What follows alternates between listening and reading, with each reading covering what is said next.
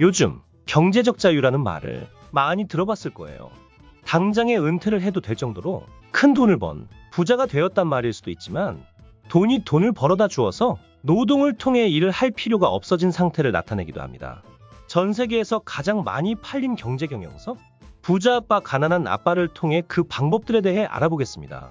이 책의 저자 로버트 기요사키는 어린 시절 두 명의 아버지가 있었어요. 한 분은 교육을 많이 받은 진짜 아버지고 다른 한 분은 중학교도 채 마치지 못하신 가장 친한 친구인 마이크의 아버지였어요. 두 아버지들은 평생 열심히 일하셨으며 상당한 수입을 올리셨지만 한 분은 가난해지셨고 다른 한 분은 하와이 최고의 부자가 되셨어요. 두 분 모두 교육의 중요성을 강조하셨지만 같은 교육 과정을 권유하지 않으셨죠. 두 분의 아버지들의 교육을 통해 자라온 로버트 기요사키 또한 경제적 자유를 이루고 이른 나이에 은퇴를 하게 되었는데요. 이제 이 책에서 로버트 기요사키가 배워온 것들 중 몇 가지만 이야기해 볼게요.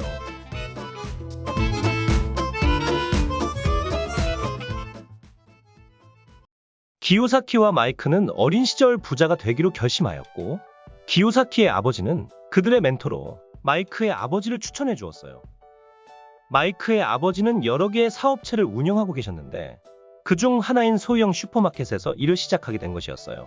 다른 아이들이 놀러 나갈 때 기요사키와 마이크는 터무니없이 적은 돈을 받으면서 그 시간에 일을 했어야 했죠. 3주가 되었을 때 가르침은 없고 적은 돈으로 일만 하게 되어 분노하였죠. 기요사키는 그만두기로 결심하며 마이크의 아버지를 대면하게 되고 그제서야 3주간 가르침도 없이 그런 적은 액수로 일을 하게 된 이유를 듣게 되었어요. 마이크의 아버지의 첫 번째 가르침은 이러했어요. 우리의 삶은 사람들을 제멋대로 내두르는데 어떤 사람들은 포기하고 어떤 사람들은 싸우지만 소수의 사람들은 거기서 교훈을 얻고 앞으로 나가간다고요. 이 책에선 인간의 삶은 두 가지 감정에 지배된다고 하는데 그것은 두려움과 욕심이에요.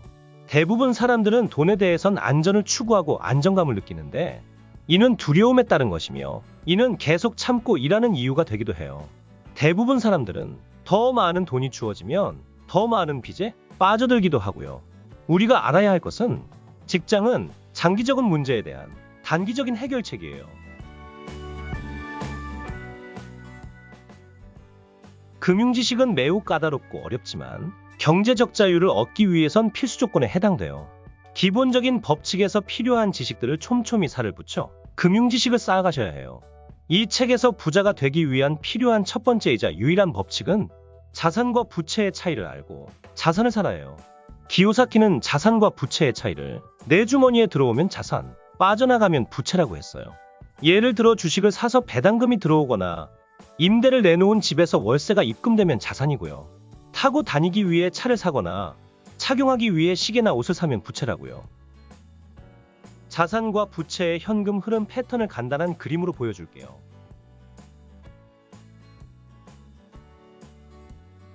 앞서 말한 것처럼 그림에서 수입과 지출은 내 주머니에서 돈이 들어오냐 나가냐를 뜻하는데요. 자산은 내 주머니에 돈이 들어오게 하는 것이고 부채는 내 주머니에서 돈이 빠져나가게 하는 것이에요.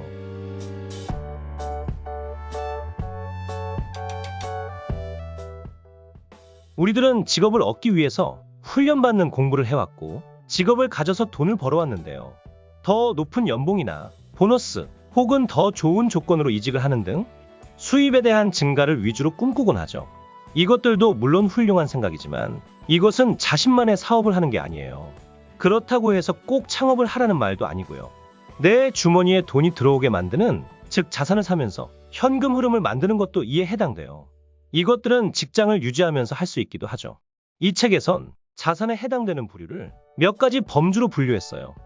소유자는 나지만 관리나 운영은 다른 사람이 하는, 내가 없어도 되는 사업, 주식, 채권, 수입을 창출하는 부동산, 어음이나 차용증, 음악, 원고, 특허 같은 지적 자산에 비롯되는 로열티, 그 외에 가치를 지니고 있거나 소득을 창출하거나 시장성을 지닌 것이 있어요.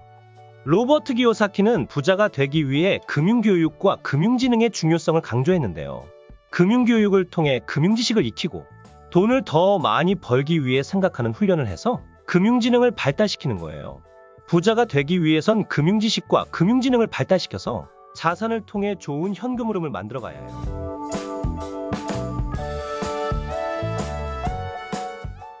법인 자산을 함부로 쓸 수는 없지만 법인으로 내 자산들을 운용하는 건 개인으로 운영하는 것에 비해 굉장히 유리해요. 크게 두 가지 이유가 있는데요. 개인소득세와 법인소득세의 차이가 첫 번째예요. 개인소득세 같은 경우에는 6%에서 45%까지의 범위에서 나뉘어지고요. 법인소득세는 10%에서 25%까지의 범위에서 나뉘어져요. 1200만 원 이하 구간을 제외하고서 어느 구간에서나 법인의 세율이 적어요. 두 번째는 돈을 쓰는 순서에서 유리해요. 개인은 돈을 벌고 그 다음 세금을 낸 후 나중에 돈을 쓰지만 법인은 돈을 벌고 그 다음 돈을 쓴 후 나중에 세금을 내요. 예를 들어서 같은 세율 10%를 적용받는다고 하고 10,000원을 받아서 과자를 8,000원 어치 산다고 하면요. 개인은 10,000원에서 세금 10%를 먼저 내고 9,000원이 남아요. 그 남은 9,000원에서 8,000원짜리 과자를 살 수 있어요. 결국 개인은 1,000원이 남게 되었어요. 법인은 10,000원에서 과자 8,000원을 사요. 거기서 남은 금액 2,000원에서 세금 10%를 내야 해요. 법인은 1,800원이 남게 되었고요. 책 부자 아빠 가난한 아빠에는 더 많은 유익한 내용이 담겨져 있어요. 모든 배움에서 중요한 첫걸음은 모른다는 사실을 모르는 상태에서 모른다는 사실을 아는 상태로 만드는 것이라고 해요. 여러분들은 경제적 자유를 이룰 첫걸음에 발을 올려놓은 것과 마찬가지예요. 많은 현자들의 가르침을 같이 배워나갈 영상들을 만들어 나갈 거예요. 다음에 올라올 영상에 관심이 있으시다면 구독과 좋아요를 눌러주세요.